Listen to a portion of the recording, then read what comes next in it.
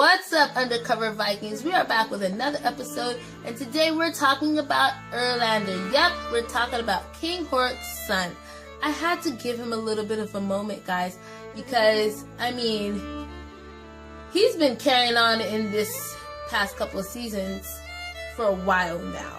And he's kind of been the low character, but in the final season, season 4A, that we've just finished watching, there's so much focus on him. And some people hate him, and some people love him, but I can do nothing but respect him. Tell me if I'm wrong. Eventually, hopefully long way down this line, Ivar and his brothers are going to avenge their father's death. We, as the audience, are going to be rooting for that. Ragnar has killed his father. Yes, his dad was wrong and quite frankly annoying. But his daddy was wrong. Still, Ragnar killed him. As a son, all you're thinking about is, you killed my dad. What am I supposed to do as a Viking? I have to avenge the death of my father. So, what does he do? All season 4A, he is on the hunt to kill. He's been trying to kill, and first he aimed his standards a little bit high at Ragnar, but then he thought to himself, why don't I just go for Bjorn?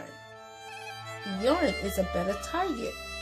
So basically we see all through season 4A so many visions Torvi had of him killing Bjorn and so many things, and then finally he tried to use Torvi to kill Bjorn by using her son against her since he had his son in his possession.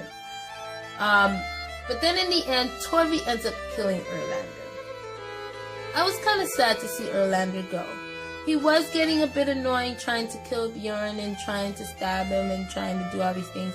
But the man was literally just trying to avenge his father's death. Maybe he did take it a little too far because he couldn't...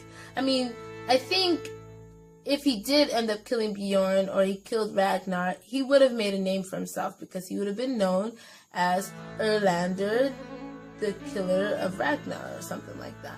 But a lot of people are like, yeah, Erlandur's gone, he gets what he deserves and everything. But honestly, I think he died a sad death. I don't know if he's going to make it. Honestly. He spent so much of his time trying to kill Bjorn. Who knows if he made it into Valhalla?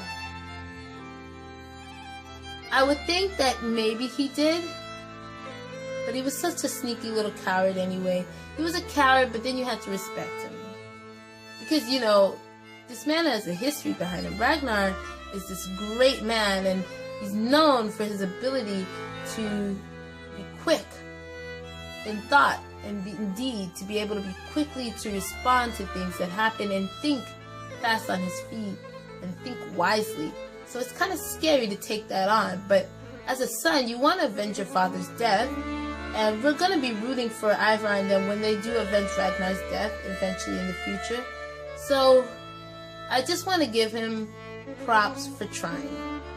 Can we do that? Can we give him props for trying? Can you give a thumbs up to Erlandur for just trying? At least trying. His dad could be proud of that, And he never gave up. He never gave up the idea of avenging his father's death. Even though Torvi kind of was over it, switched teams and everything, because her husband was killed as well. But still, he was persistent. So let's give a thumbs up to Erlandur. I wanted to give him his moment in the spotlight. Let him shine because, he deserves it. He tried his hardest. He did what the Vikings always do. You kill, you steal. That's the life of a Viking. And that's what he tried to do. So, Erlandur, this goes out to you, man. Good try, man. Good try. And without further ado, Vikings, we're out.